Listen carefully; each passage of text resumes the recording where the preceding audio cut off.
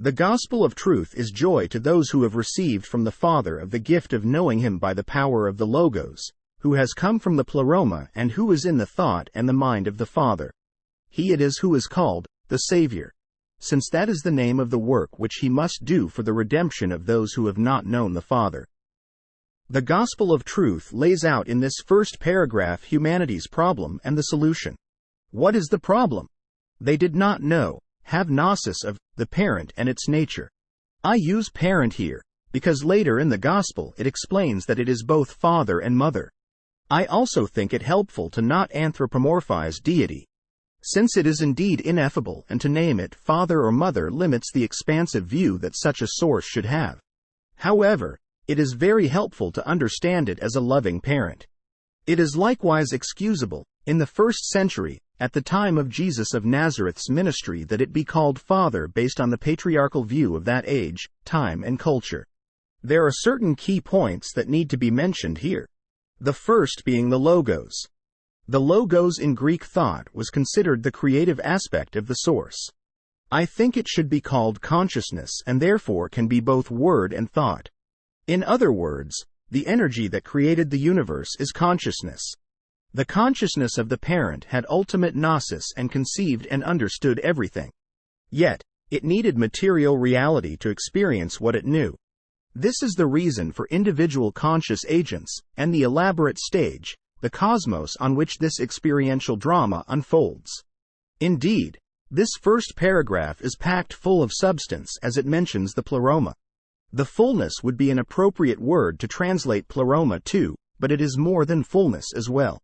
It is everything filled up, and so like Logos being a better language symbol to use than word, Pleroma is better than fullness. If one looks at Colossians chapter 1 verse 19, one finds the reason for using the word Pleroma instead of fullness, and in this way the Bible translators would have done well to simply use the Greek word Pleroma instead of fullness. It did indeed become a word used often in Gnosticism. The Logos came from, emanated from, the Pleroma, which is the fullness of deity. It states that the Logos is from the mind of the parent, and not just that, but is the fullness of the parent. Now, what was the purpose of the arrival of the Logos from the Pleroma? It was to bring salvation, and the salvation it brought was knowledge of the Father, parent.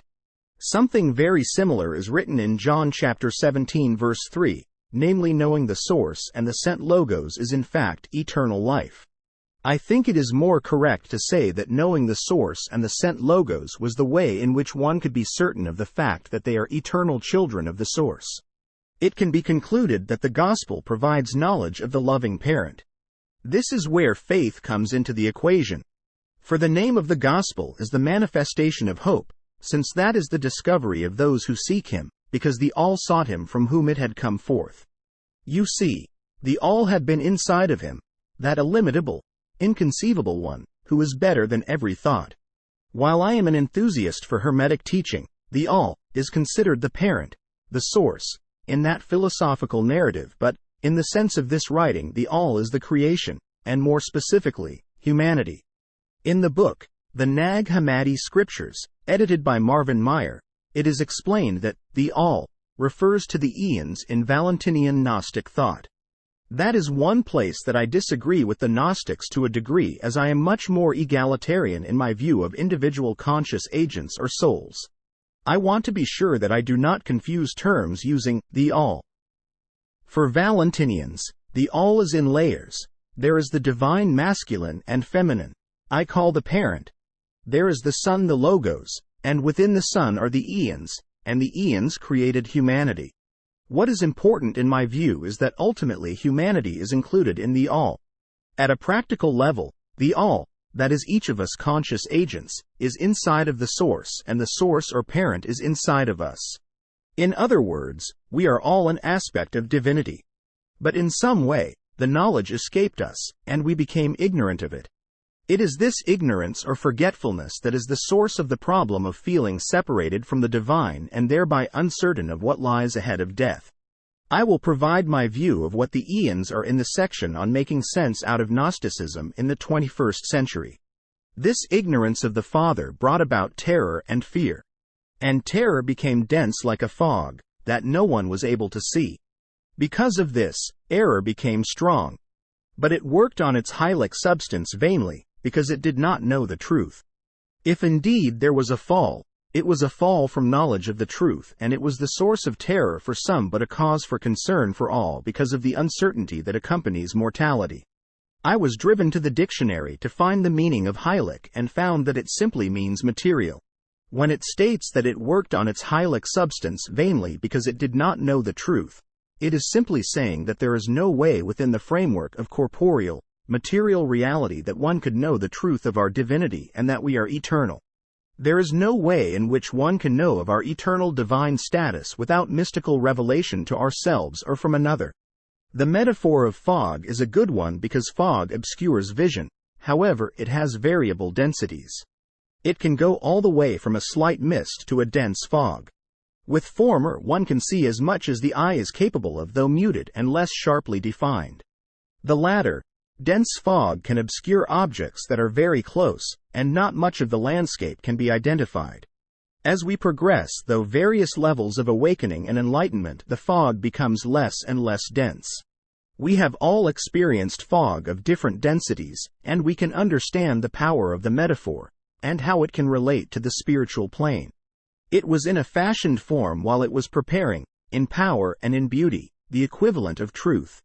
This, then, was not a humiliation for him, that illimitable, inconceivable one.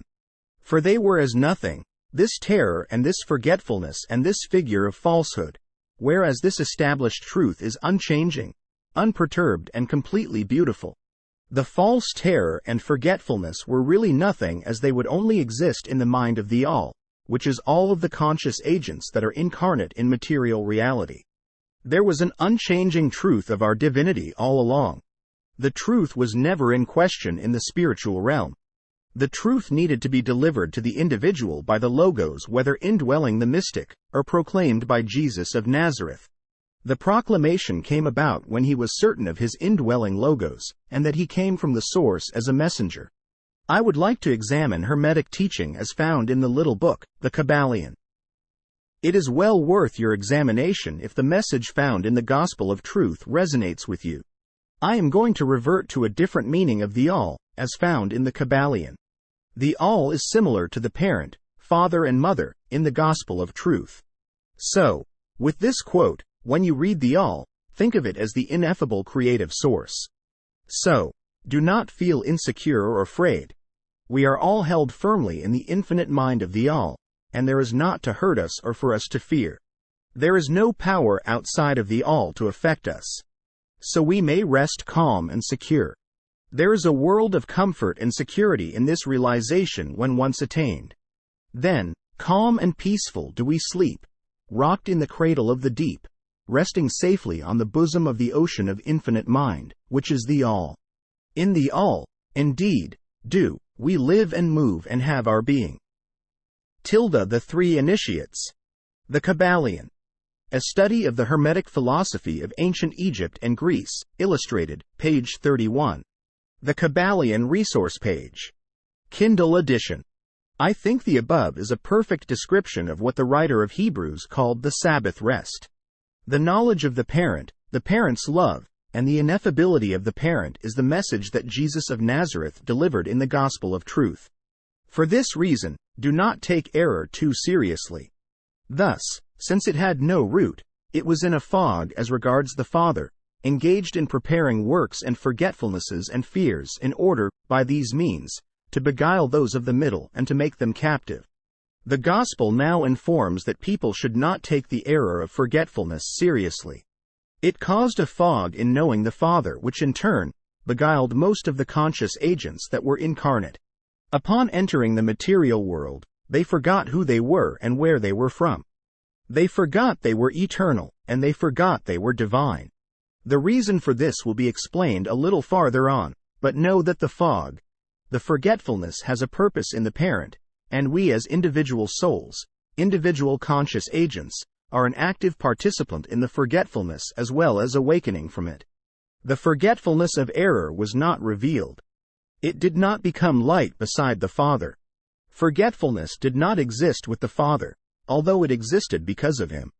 What on earth could it mean that forgetfulness existed because of the Father? What would the parent need of our forgetfulness? Well, it is simply this. The parent is ineffable cosmic mind. It is the foundation of all existence. The universal mind contains all knowledge. What it does not contain is experience.